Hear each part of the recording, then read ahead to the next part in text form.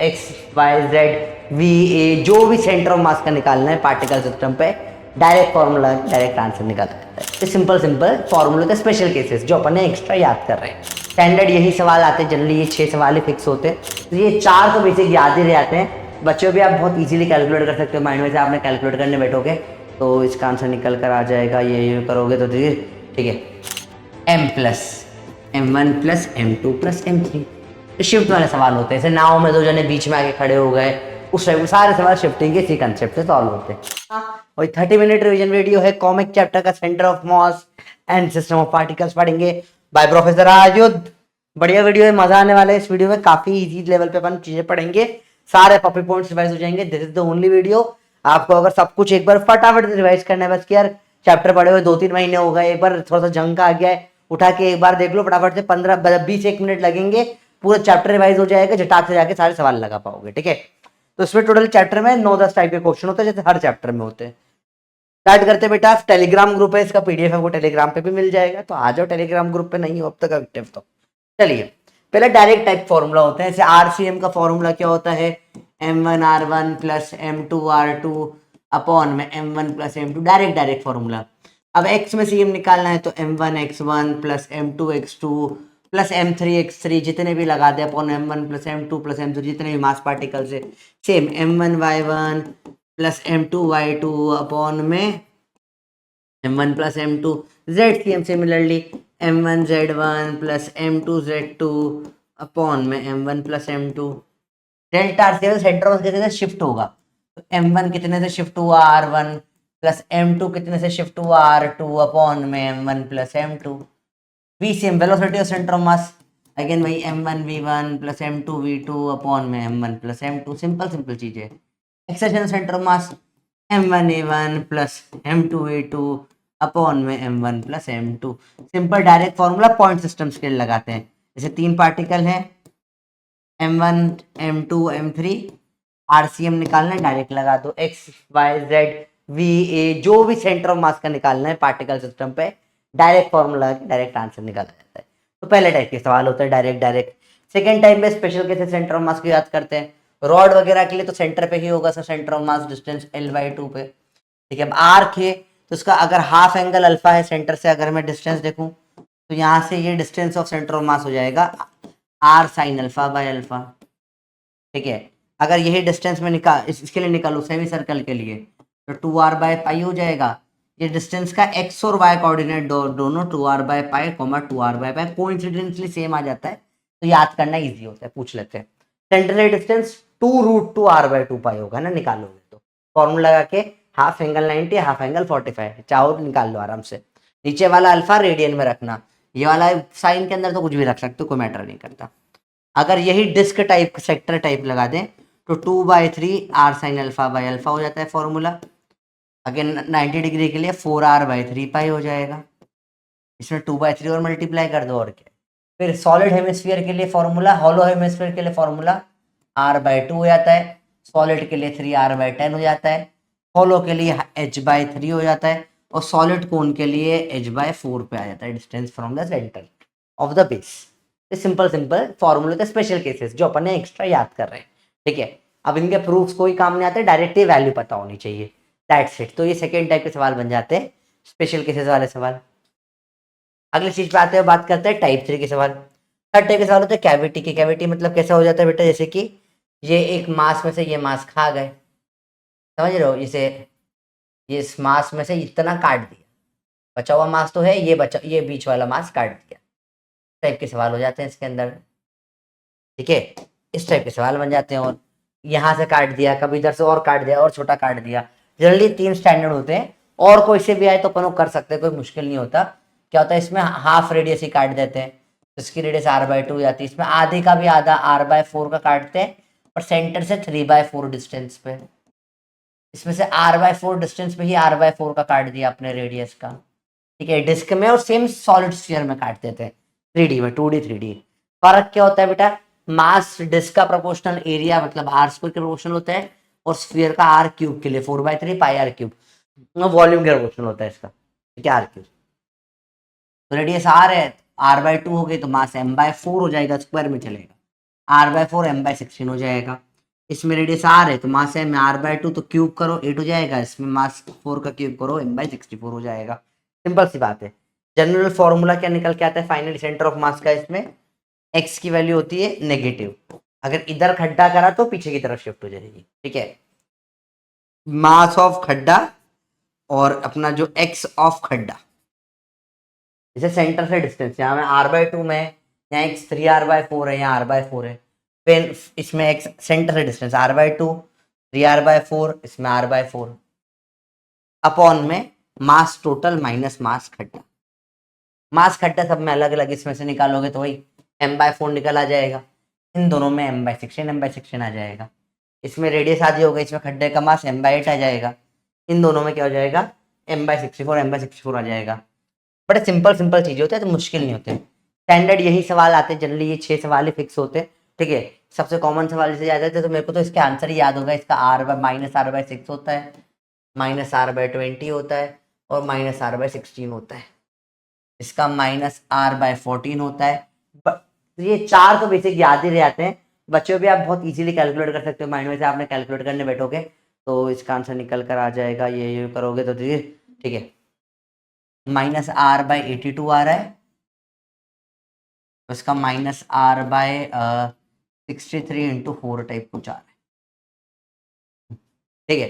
तो ये मैंने तो कैलकुलेट ही कर लिया, इस फॉर्मूले से बहुत फास्ट माइंड में कैलकुलेशन हो जाती है।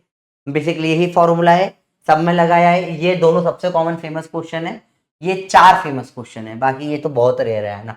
तो आपको एग्जैक्ट बता था कि सवाल कैसे आएंगे, और कोई भी सवाल आ जाए तो अगेन फिर इस फॉर्मूले का इस्तेमाल आप कर सकते हो किसी भी रैंडम जगह पे। इनफैक्ट ये इसी पे नहीं, कोई भी स्क्वायर कैविटी हो, ऐसी कैविटी हो, इसमें ऐसी कैविटी हो, हर जगह ये वैलिड होता है फॉर्मूला, जब भी खड्डा आएगा।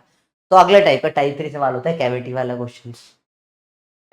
टाइप 4 होते हैं शिफ्टिंग वाले सवाल, जैसे लेट से कि मैं बबलू इस तरफ कोने में खड़ा हुआ है मास m के ऊपर, ये पूरा एल डिस्टेंस चल के चला गया तो एल कितना शिफ्ट हो जाएगा, जो आगे जाएगा तो उसमें फ्रिक्शन पीछे मारेगा, तो ये पीछे शिफ्ट होना चाहिए, सिंपल सी बात है, इजी है, ठीक है। चलिए, तो इसका शिफ्टिंग का सिंपल तरीका निकालने को होता है, शिफ्टिंग होती है माइनस ऑफ ऊपर गया छोटा m इंटू एल अपॉन में छोटा m प्लस बड़ा m। हमें ये शिफ्टिंग इसका उल्टा होती है, ये आगे जाएगा तो पीछे होगी, ऐसे बहुत सारे ml1 ml2 ml3 सब ऐसे ऐसे चले गए, तो शिफ्टिंग x या शिफ्टिंग s कैसे निकालोगे, हो जाएगा सबका m1l1 plus m2l2 with sign ना, आपको इधर के तो माइनस कर देना, m3l3 सारा अपॉन में टोटल मास, इस पूरे का माइनस उल्टी तरफ शिफ्ट होता है, m plus m1 plus m2 plus m3। तो शिफ्ट वाले सवाल होते हैं, जैसे नाव में दो जने बीच में आके खड़े हो गए, उस टाइप सारे सवाल शिफ्टिंग के इसी कंसेप्ट से सॉल्व होते हैं, इजी होते हैं, ज़्यादा टफ नहीं होते, ठीक है।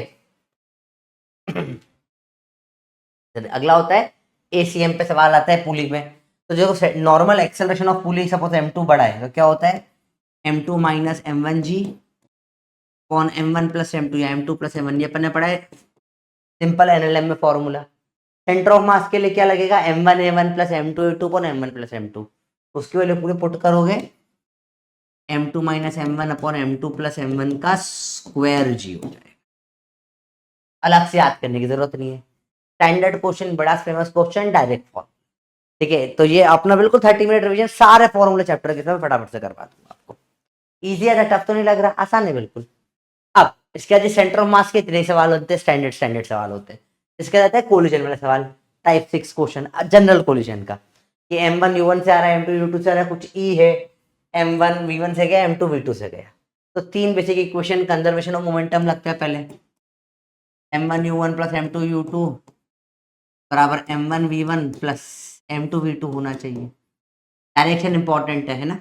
ई होता है कोफिशिएंट, अपना रेस्टिट्यूशन का कोफिशिएंट क्या हो जाता है, ये जाने की स्पीड विथ रिलेटिव अपॉन में आने की u1 माइनस u2, टकराने के बाद इसकी स्पीड ज्यादा होगी, टकराने के पहले इसकी स्पीड ज्यादा होगी, इन दोनों को सॉल्व करके निकालते हैं तो v1 निकल के आता है, जो अपना कोलिजन का बाप फॉर्मूला होता है m1u1 plus m2 u2 plus e, 1 है तो 2, 1 है तो 2 माइनस u1 अपॉन में m1 प्लस m2, v2 कैसे निकाल लेंगे again same, m1u1 plus m2u2 plus e, 2 है तो 1 m1, 2 है तो u1 माइनस u2 वन में m1 plus m2।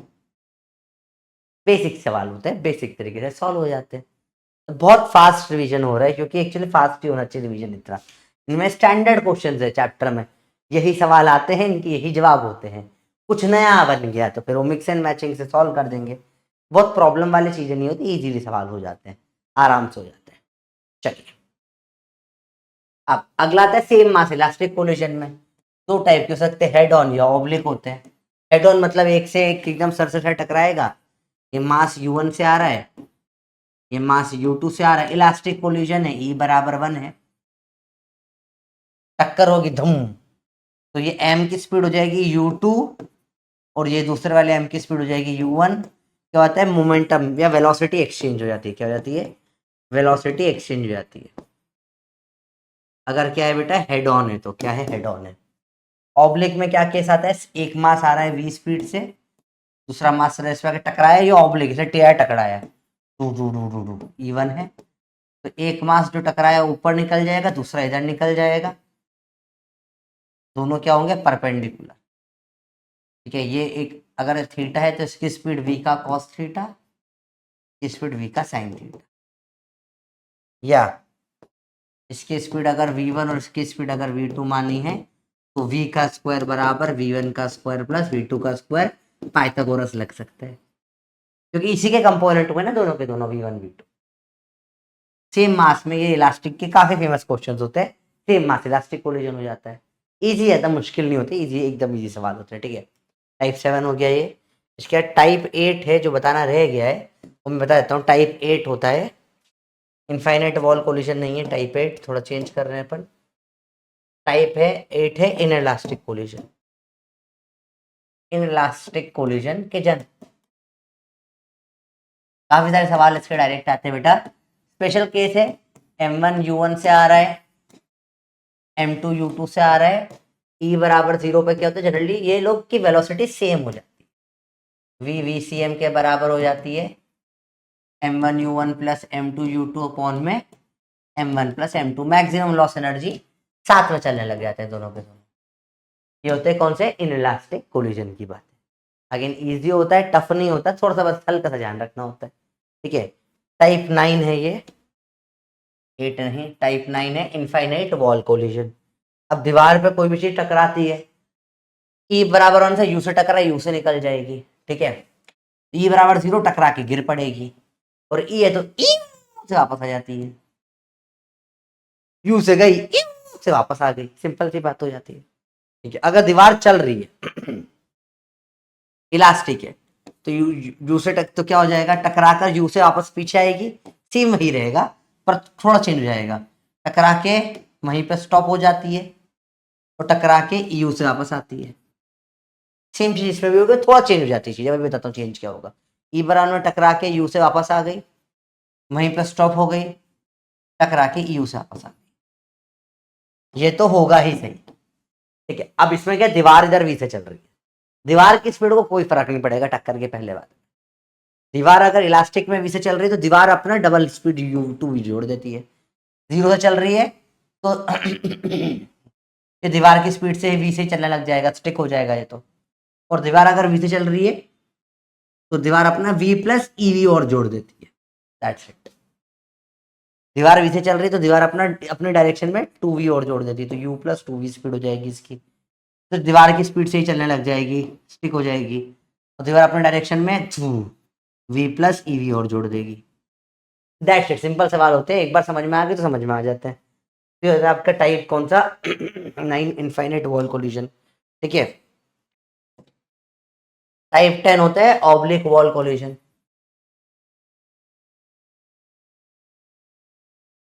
Oblique wall collision होता है, ऑब्लिक वॉल कोलिजन में क्या होता है, टेढ़े कोलिजन हो जाते हैं, यही कोलिजन जो आया टेढ़ा ऐसे टकरा कर ऐसे जाएगा। सिंपल कंसेप्ट होता है बेटा, यहाँ स्पीड u है, यहाँ स्पीड v से गया, ये एंगल थीटा, ये एंगल फाई ले लो। x डायरेक्शन में जो कोलिजन है x में होता है, y में स्पीड सेम रहती है हमेशा, तो u का साइन थीटा और इसका v का साइन थीटा, v का साइन फाई, ये सेम होना चाहिए हमेशा, हमेशा याद रखना है। ठीक है ठीक है, तो ये चीजें हमेशा सेम रहेगी, वाई डायरेक्शन में कोलिजन नहीं हुआ ना, कोलिजन एक्स में हुआ, तो कोलिजन जो है एक्स में हुआ, तो मैं डायरेक्ट बोल सकता हूँ इधर स्पीड क्या है, वी का कॉस फाई, ये ई यू का कॉस थीटा के बराबर।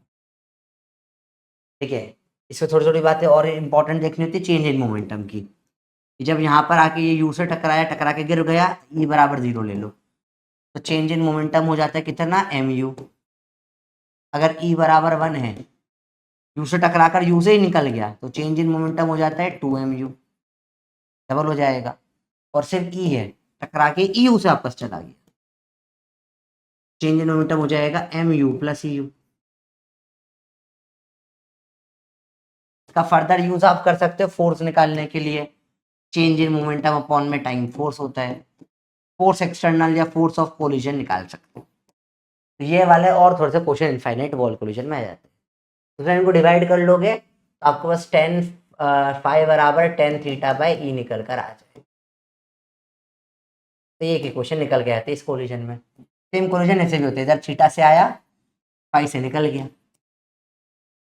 इस कोलिजन को ऐसे भी दिखा देते हैं, ये कोलिजन वॉल वाले ऐसे भी दिखा देते हैं, जैसे वेज से यहाँ पे थीटा एंगल पर है, इसमें कोई आके टकरा रहा है, तो परपेंडिकुलर से ये एंगल भी थीटा बन जाता है, यहाँ से आज फाई पे निकल जाएगा।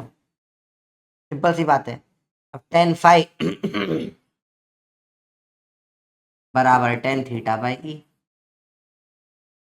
अगर ई बराबर 1 है और ये बोला से परपेंडिकुलर चला गया, 90 डिग्री पे चला गया, कहीं बड़े सवाल आ जाते हैं।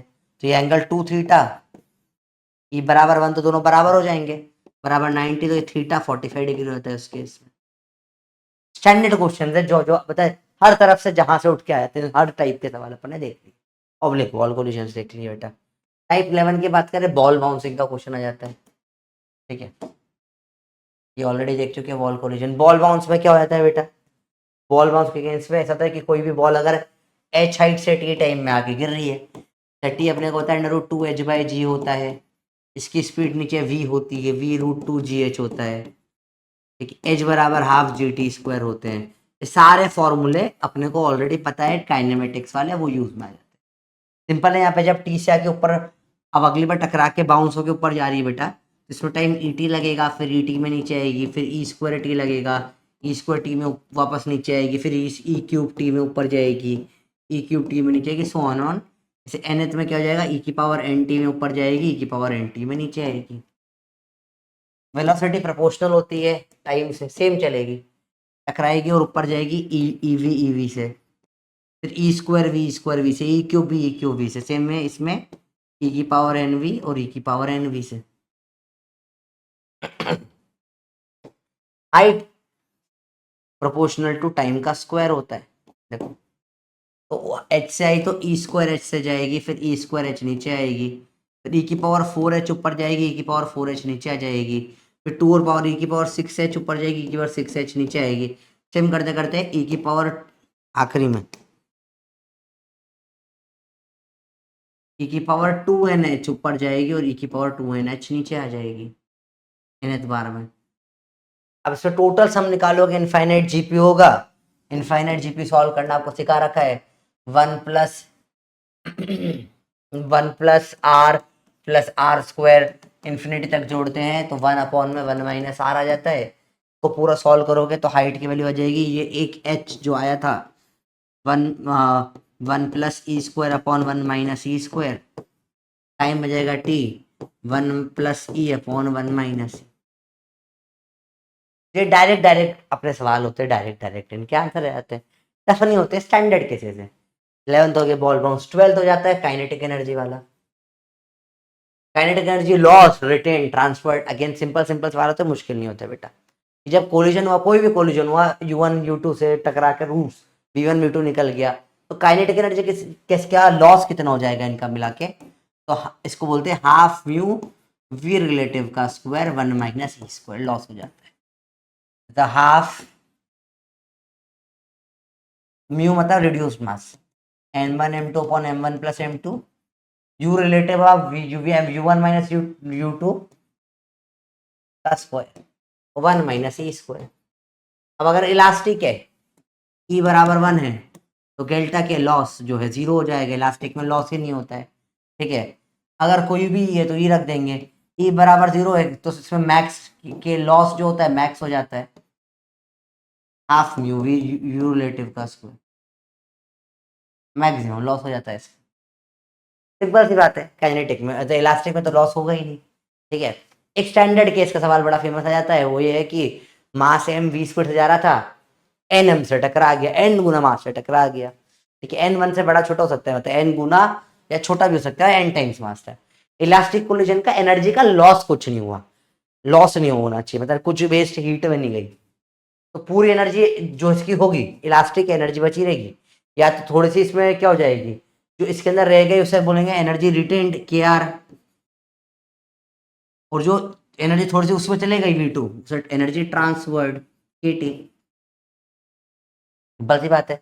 अब एनर्जी रिटेन्ड क्या हो जाएगी, जितना n बड़ा है उतनी एनर्जी कम होनी चाहिए, तो 1 - n/1 + n का स्क्वायर डायरेक्ट निकाल सकते हो, और जितना n बड़ा होगा उतना ज्यादा ट्रांसफर हो जाएगा एनर्जी में, तो 4n/1 + n का स्क्वायर। देखो दोनों को आप जोड़ोगे तो 1 ही आना चाहिए ये रेशो, क्योंकि के रिटेन प्लस के ट्रांसफर बराबर क्या होना चाहिए, इनिशियल एनर्जी, चूंकि कंजर्व रहेगी इस केस में। तो ये आप करोगे जोड़ोगे ना, तो ये ऊपर देखो 1 - n का स्क्वायर करोगे तो 1² + n² - 2n, इधर का 4n जोड़ोगे तो +2n, और नीचे भी n+1 का स्क्वायर है, तो ये इजीली 1 हो जाएगा। तो ये आपका क्या होता है, काइनेटिक एनर्जी के अलग अलग वेरिएशंस देते हैं, यही सवाल आते हैं टाइप 2 में। टाइप 13 होता है टू पार्टिकल कोलिजन। इसमें दो पार्टिकल को लाइट फूट जाते हैं, सिर्फ रेस्ट पर होता है फूट जाते हैं, ठीक है। तो रेस्ट पे फूट गए तो सिंपल सी बात है, इसका मोमेंटम कंजर्व होना चाहिए, इनिशियल मोमेंटम जीरो है, यहाँ पे भी नेट मोमेंटम जो है पी फाइनल वो जीरो होना चाहिए, तो इसको इसको बराबर होना चाहिए, इसका पी होगा m1v1, इसको भी पी मिलेगा m2v2, टोटल इन बराबर है अपोजिट डायरेक्शन में, टोटल नेट में जीरो ही होगा, फाइनल मोमेंटम जीरो होता है, ठीक है। तो काइनेटिक एनर्जी जो हो जाती है इसकी 1 की k1 हाफ m1v² लिखो, k2 हाफ m2v2² लिखो, या p²/2m1 लिख दो, p²/2m2 लिख दो। p²/2m भी काइनेटिक एनर्जी का ही फॉर्मूला होता है, मोमेंटम/2m, मोमेंटम स्क्वायर/2m, मोमेंटम दोनों का सेम सेम है। तो काइनेटिक एनर्जी एक्सप्लोजन में क्या होगा, जिसका मास ज्यादा होगा k1/k2 उससे उल्टी जाएगी m2/m1, मास ज्यादा तो उसको कम वेलोसिटी मिली, ठीक है। काइनेटिक एनर्जी टोटल कैसे निकालोगे आप, या तो हाफ m1v1 का स्क्वायर प्लस हाफ m2v2 का स्क्वायर कर लो, या ये p²/2m1 p²/2m2 करोगे, नेट सॉल्व करके p²/2 म्यू निकल के आ जाएगा, म्यू वही रिड्यूस्ड मास m1 m2 अपॉन में m1 + m2 निकल के आ जाएगी, बात है। बेसिक बेसिक सवाल होते हैं। इसमें ही अगर चलता हुआ फूटा, m फूट गया स्पीड v से फाट, तो भैया ये m1 की स्पीड है u1 और m2 की स्पीड हुई बाद में u2, फूट के दो हिस्से हो गए, mv बराबर m1 मोमेंटम कंजर्व होना चाहिए m1 u1 + m2 u2। ये बचे हुए काइनेटिक एनर्जी के फॉर्मूले सारे वैलिड नहीं रह पाएंगे उसके, ठीक है। सिंपल सिंपल बात होती है, टफ नहीं होती, चीजें इजी होती है। बात करें three particle explosion, again rest से एक्सप्लोड हो रहा है, इनिशियल मोमेंटम जीरो है, फाइनल भी जीरो होना चाहिए, बैलेंसिंग करके अगर इसमें क्या हो जाएगा, दो पार्टिकल, इसका मास पहले था m, इसका पहले पूरा मास था n+2m, फूट गया, यही सवाल फेमस आता है, एक m इधर u से गया, एक m उधर u से गया, तो जो इसका n टाइम्स मास बचा इधर v से गया, तो ये v की वैल्यू आती है √2/n टाइम्स ऑफ u, ठीक है। और काइनेटिक एनर्जी इनिशियल जीरो थी, फूट जाएगी टोटल, तो हाफ m/v², हाफ m/u² और हाफ nm/v का स्क्वायर क्या आ जाएगी, सबको ऐड करके टोटल निकालोगे तो ये n+1 अपॉन में n mv², kinetic energy of explosion आ जाती है। स्टैंडर्ड सवाल, स्टैंडर्ड क्वेश्चन, स्टैंडर्ड आंसर आता है बेटा, ये मोटा मोटा इस चैप्टर का हो गया। अब इसके चैप्टर के बाद ये कौन सा केस 14 था, ये 15, दो केसेस और बनते बता देता हूँ मैं आपको, ठीक है। एक केस बता देता हूँ आपको, केस 14 केस 15 है, टाइप 15, क्या आता है इसमें, collision plus work power energy का केस है। कैसे, जैसे यहाँ से कुछ ऐसे आके फिर कोलाइड कर रहा है, यहाँ पे आके कुछ कोलिजन हो गया, ठीक है, यहाँ पे दूसरा पार्टिकल से टकरा रहा है, तो यहाँ पे हाइट एच है, तो नीचे आने में स्पीड कितनी लग जाती है इसकी, √2 GH हो जाएगी। यहाँ पर ये आके से इसकी स्पीड हो जाएगी √2 GH मास एम की। अब इसका फिर फर्दर कोलिजन करवा दिया आपने, देखिए कैसे हो जाते हैं, ठीक है। एक वैसे हो जाता है एनर्जी कंजर्वेशन मॉडिफाइड वर्जन हो जाता है, इसका मास एम, इसका मास बड़ा एम, इसको रेस्ट से छोड़ दिया, हाइट एच है, फाइनली दोनों गिर गए। तो अब ऐसे ये भी इधर भागा वी से और ये एम इधर भागा यू से, जो एनर्जी थी mgh जो नीचे आई, वो इसकी काइनेटिक एनर्जी ½ mu² प्लस इसकी भी काइनेटिक एनर्जी हाफ बड़ा m v² में, दोनों में चली जाएगी। ऐसे काइनेटिक एनर्जी कंजर्व कर सकते हो आप, ठीक है। तो दोनों में चली गई ना, अब तक अगर ये फिक्स होता तो सारी इसमें चली जाती है, इसमें जाती, दोनों में शिफ्ट हो जाती है, ठीक है। फिर और कैसे सवाल आता है, ऐसा आता है कि भैया ये मास m है, या बुलेट बुलेट कुछ फायर कर दिया आपने मास m स्पीड u1 से, यहाँ पे कोई पेंडुलम वेंडुलम टाइप में टकरा गई, टकराने के बाद क्या हो गया, फट कुछ कोलिजन हुआ, तो ये m1 m की स्पीड जो थी वो हो गई v1, स्पीड स्पीड हो गई कुछ v2, तो ये ऊपर चला जाएगा हाइट h। अगेन सिंपल सी बात है, अगेन वो ये v2 की वैल्यू मतलब √2 GH होनी चाहिए, तभी h हाइट तक गया। तो आप अगेन मोमेंटम बैलेंस कर लो, m1 u1 बराबर है m1 v1 plus m2 v2 की जगह √2 GH लगा दो, और h को सर्कल में अगर थीटा एंगल ऊपर आ रहा है, रेडियस r है, r ये जो हाइट h होती है इसको r1 माइनस कॉस थीटा से देते हैं, तो बहुत बार इसका इस्तेमाल हो जाएगा h की जगह निकालने के लिए। कई बार बोल देंगे इतने एंगल पर गया, पेंडुलम की लेंथ दे देंगे, तो अकॉर्डिंगली सॉल्व करके वैल्यू डाल के आप इजीली सॉल्व कर सकते हो सवाल। सवाल इतने टफ नहीं होते हैं, इंटरेस्टिंग होते हैं, इजी होते हैं। और मैं इसको वर्क पावर से कैसे जोड़ सकता हूँ, मैंने बोला यहाँ मास m1 आया स्पीड u1 से, ये दूसरे m2 में आके स्टिक हो गया, यहाँ पे E बराबर inelastic collision, complete inelastic collision हो गया, इसमें स्प्रिंग लगी हुई थी, तो बताओ कितना स्प्रिंग अंदर जाके दब जाएगी, कंप्रेशन बताना है एक स्प्रिंग में मैक्सिमम कितना हो जाएगा। तो कुछ नहीं, पहले इनका कोलिजन करा दो, फाइनल वी क्या हो जाएगी, फाइनल वीसी कितनी आ जाएगी, VCM आ जाती है, stick together m1 plus m2, speed इधर हो जाएगी VCM, m1 u1 plus m2 u2 upon में m1 प्लस m2, स्पीड हो गई, इससे दब गया ये। अब एनर्जी कंजर्व कर दो, half m1 plus m2 VCM का स्क्वायर, सारा का सारा जाके हाफ के एक स्क्वायर में लग जाएगा, स्प्रिंग से एनर्जी कंजर्व कर दिया आपने। ऐसे सारे सवाल सॉल्व हो जाते हैं, ठीक है।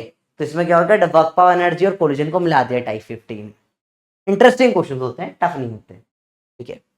आखिरी टाइप के टाइप 17 क्वेश्चन, टाइप 16 होगा ये, टाइप 16 है ना, हाँ 14 15, टाइप 16 प्रोजेक्टाइल को मिला देते हैं centre of mass explosion collision से। कुछ नहीं होता, सिंपल सी बात होती है बेटा, प्रोजेक्टाइल जैसे कोई बड़ा जा रहा है ऊपर आके 200 में टूट गया बराबर बराबर के, 2m मास का निकला था,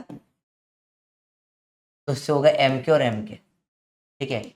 एक m डबल स्पीड से गया, 2v से गया, अगर यहाँ स्पीड v थी पहले फूटने के पहले 2m की v थी, और एक यहीं पे टपक गया, तो कितना दूर जाएगा ये, ठीक है। तो देखो ओरिजिनल की रेंज होती r, से बैलेंस कर सकते हो चाहो तो आप, ये एक ऑन स्पॉट यहीं पर गिर गया, चलो ये वेलोसिटी भी नहीं बताई, फूट गया बस यहाँ पे, ठीक है। तो ये 2m जाता r पे, ये m गया सिर्फ इसका आधा r/2 पे, ये दूसरा m जाना चाहिए x पे,